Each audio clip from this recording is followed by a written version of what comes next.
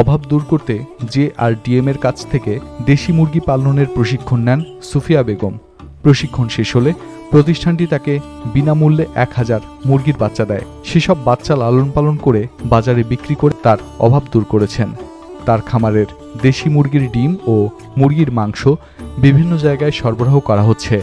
এছাড়া তিনি লাভের টাকা দিয়ে নেটে ঘেরা টিন শেড ঘর করে বড় পরিসরে দেশি মুরগি লালন পালনের ব্যবস্থা করেছেন। এখন তার শেডে 2000-এর বেশি মুরগির বাচ্চা আছে।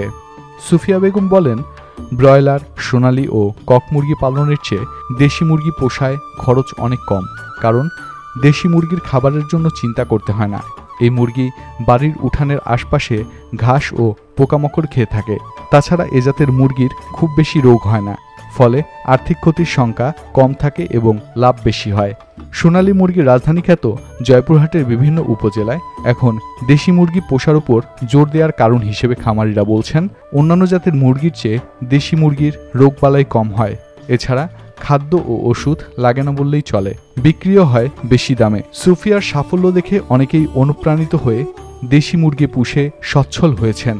স্বল্প পুঁজি ও নামমাত্র শ্রমে বেশি লাভ হওয়ায় জেলার বেকার নারী পুরুষ দেশি মুরগি পালন করছেন।